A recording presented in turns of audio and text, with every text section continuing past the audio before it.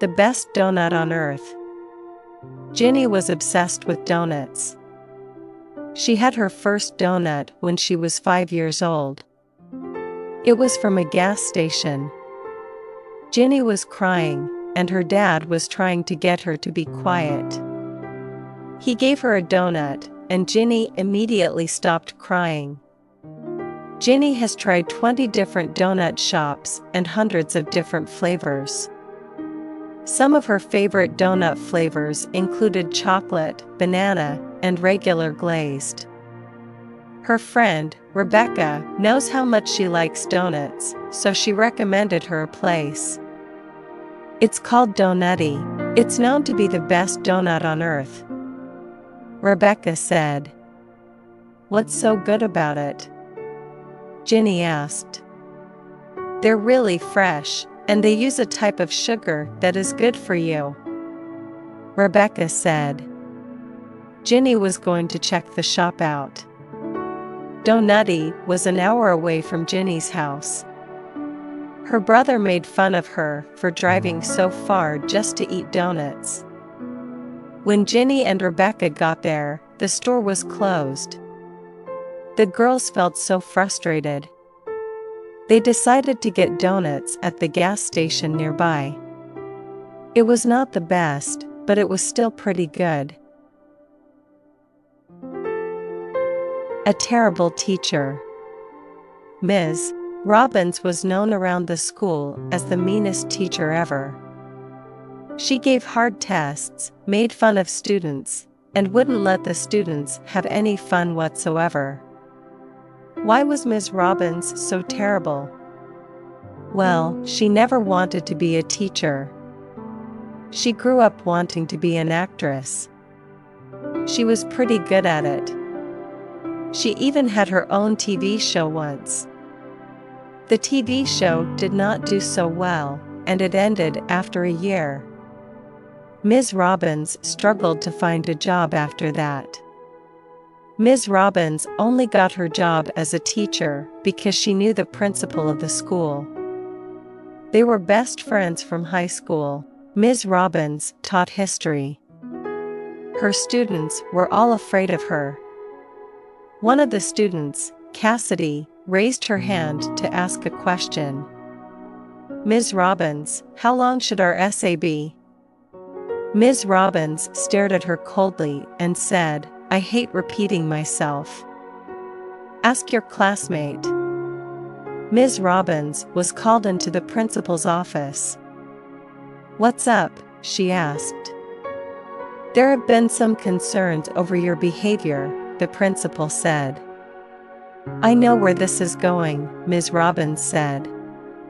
Do you? Well, it has to change. I know you don't want to be here, but you can't get paid if all your students want you gone, the principal said. Ms. Robbins was more careful since her meeting with the principal. Taking a break. Martin and Kylie have been in a relationship for 4 years. They have already said I loved you, met each other's parents, and talked about marriage. Their friends and family are just waiting for Martin to propose to Kylie. However, they don't know that Martin has been having second thoughts about his relationship with Kylie. Martin asked Kylie to go out to dinner with him. So, this is going to be hard to hear, Martin said. What happened? Did someone die? Kylie asked. Kylie had no idea what was coming next. I want to take a break from us, Martin said. What do you mean? Kylie asked. I still love you. I just need some time to myself. I want to travel by myself, Martin said. For how long? Kylie asked. Maybe a year, Martin said. I'm not going to wait around, so we're over, Kylie said. Martin was sad at first, but as he was traveling across the world, he didn't feel too sad anymore. He first went up to Canada. He really liked the donuts there. He then went to Ireland. He really liked how green it was. He then went to Italy. He really liked the buildings and houses there. Next, he went to Vietnam. He really liked the people there. After 1 year, he came back to the United States. He asked how Kylie was doing. They went out again to catch up. They got back together. It was clear that they still loved each other. The principal. How long have you been a school principal, Mr. Shin? I have been a school principal for 18 years. What made you get involved in education? When I was 12 years old, I read an article about how the human brain works. I studied very hard. I tried to use my brain well. Soon, I began to get interested in education. I see. After college, I became a teacher. I was given the position of principal 12 years later. Do you ever wish that you had done something else? When I first started as a principal, I missed being a teacher. I liked spending time with children and helping them learn and grow. However, I knew that I could do a lot of good as a principal. You have certainly done a lot of good, Mr. Shin. You started a special program to send all the students in your school to college.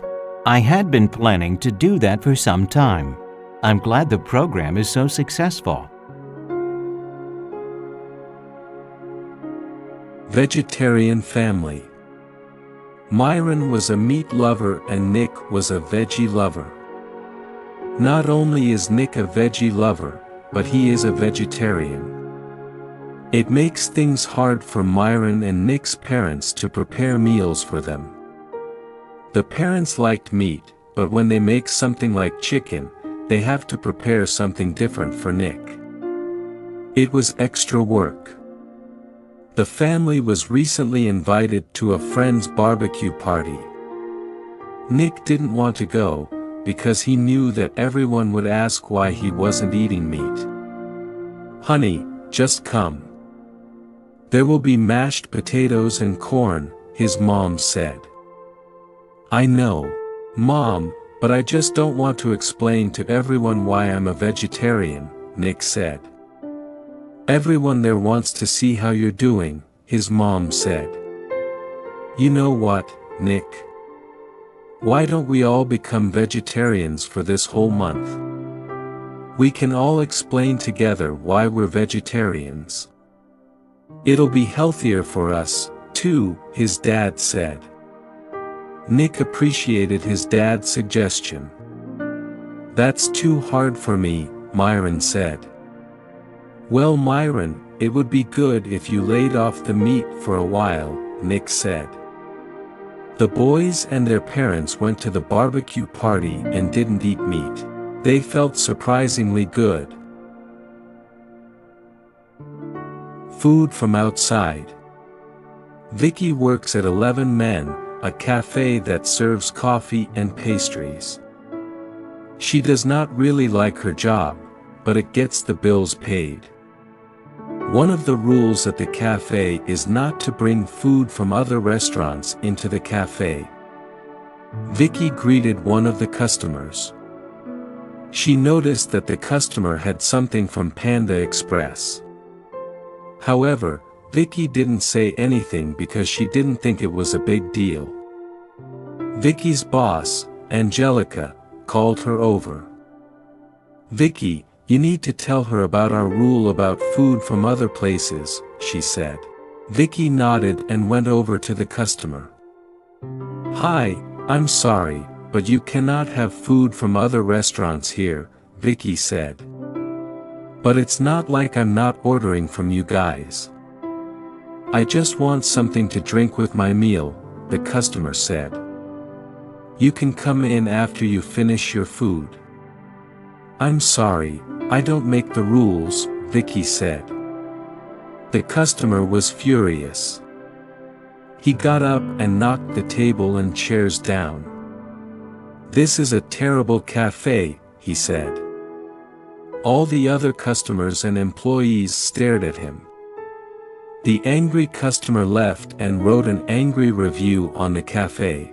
The owners of 11 men decided to change the rule so that people could bring in food from other places if they still buy something from them. Bill Gates. Look at this article I am reading. It says here that Microsoft made over $36 billion in 2004. Wow. I wish I was Bill Gates, the owner of Microsoft. Is it just because of the money? Of course. You can donate a lot of money to help other people. Bill Gates donates millions to charity every year. He also employs about 55,000 people in 85 different countries. I heard that he got interested in computers when he was really young. That's right. He started programming computers when he was 13 years old. Really? Yes. Then he studied computers at Harvard University. He was a Harvard graduate? This shows how important education is to success. Actually, Bill Gates decided to drop out of Harvard. He was an excellent student, but he did not want to graduate.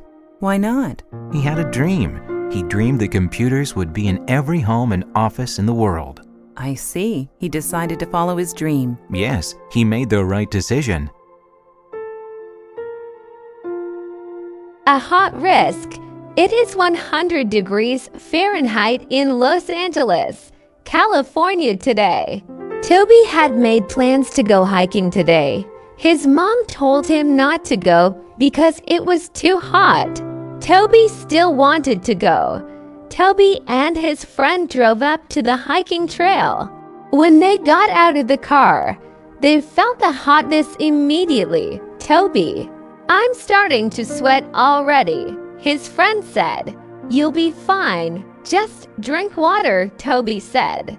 As they started walking, they noticed that the plants were all brown. They all died. There were not a lot of people hiking either. Toby's friend started to put sunscreen on.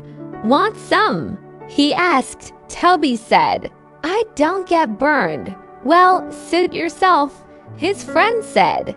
As they continued walking, the trail was getting steeper and steeper. Hey, Brian. Remember that one time your mom hiked with us? Toby asked. It was completely silent. Toby turned around. Brian was on the ground. He had fainted. Toby called 911 when they came. They told Toby that Brian fainted from the heat. You shouldn't be out on a day like this, the emergency response team said. Toby rode with Brian to the hospital. Toby even sat beside Brian as he was unconscious. An hour later, Brian was up. Toby hugged him. You're totally red, Brian said. Toby looked in the mirror and saw that his face was sunburned. Every day is your last. Kathy did the same thing every day, and she didn't mind too much. She wakes up at 6 a.m. every morning, eats cereal, goes to school, and then goes home. She has a few friends, but she doesn't hang out with them outside of school. Kathy usually just reads books and watches TV shows when she has free time. Kathy was walking to school as she usually does.